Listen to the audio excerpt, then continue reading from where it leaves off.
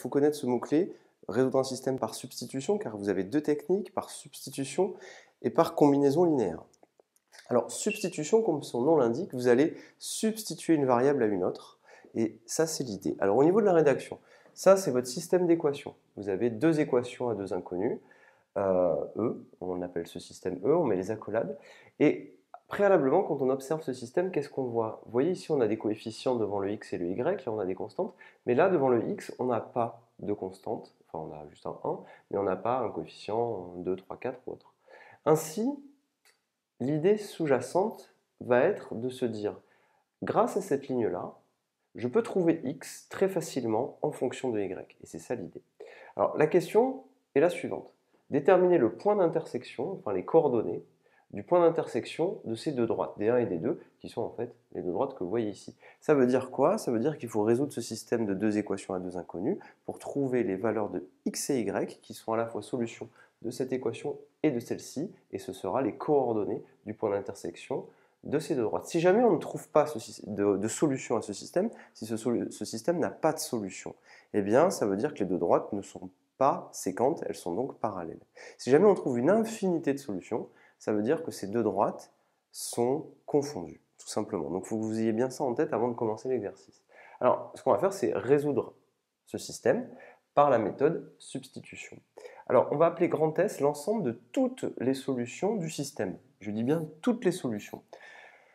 Ça veut dire quoi? Ça veut dire que ce qu'on cherche, ce sont des solutions, hein, c'est un ensemble de valeurs, et ce sont des couples x, y, d'accord? Comme ceci. Donc il faudra l'expliciter à la fin, je l'expliquerai précisément. Donc ce qu'on cherche, ce sont des solutions, et une solution, c'est quoi? Une solution, c'est un couple x, y.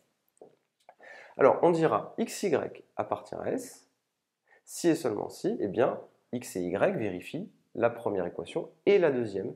C'est pour ça qu'on met l'accolade comme ceci.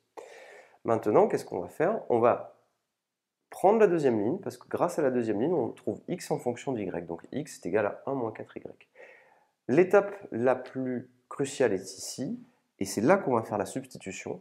On va prendre le résultat qu'on a trouvé ici et le réinjecter dans cette ligne-là pour obtenir une ligne dans laquelle on n'aura que des y. C'est le cas. Donc à la place de x, j'écris 1 moins 4y, 3y égale 5, et je recopie x égale 1 moins 4y, sinon ce n'est plus équivalent. Alors, je continue, je développe, hein, pas de difficulté là-dessus, 2 fois 1, 2, 2 fois 4, 8.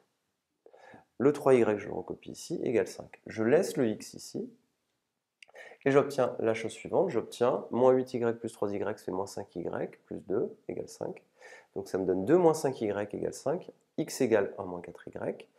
Et maintenant, eh bien, l'idée, c'est que vous avez tout simplement une ligne où vous avez juste y à déterminer, donc rien de difficile, une équation que vous savez résoudre depuis la case de troisième.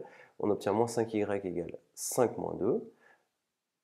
Ça nous donne tout simplement, alors 5 moins 2, ça vous le savez, ça fait 3. Et dans la ligne qui suit, par contre, celle-là, x égale 1 moins 4y, vous la recopiez. Pourquoi on la recopie tout le temps? Depuis le début, on la recopie, cette ligne-là. Parce que cette ligne, une fois qu'on aura y, qu'on aura trouvé y, on aura immédiatement x. Continuons. Ça me donne moins 5y égale 5 moins 2, ça me donne 3.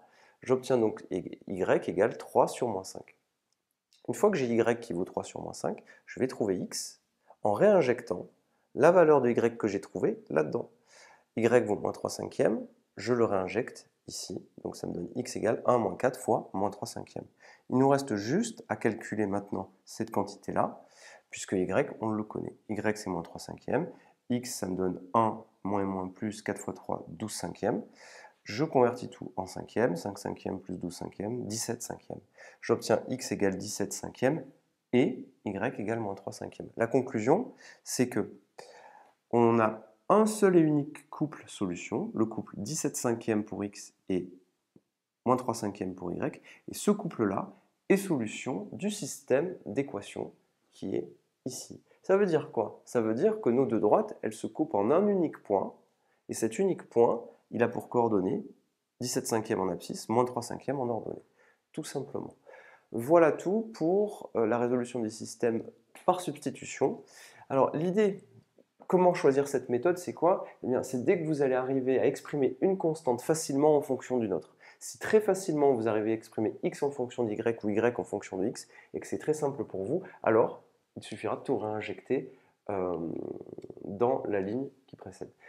Très important de toujours recopier toutes les lignes, de ne pas en oublier, sinon on perd l'équivalence. Et important aussi de comprendre qu'à la fin, ce qu'on trouve, notre solution, c'est un couple de solutions, tout simplement. Donc c'est un couple, il ne faut pas oublier de mettre les parenthèses, les deux acolytes.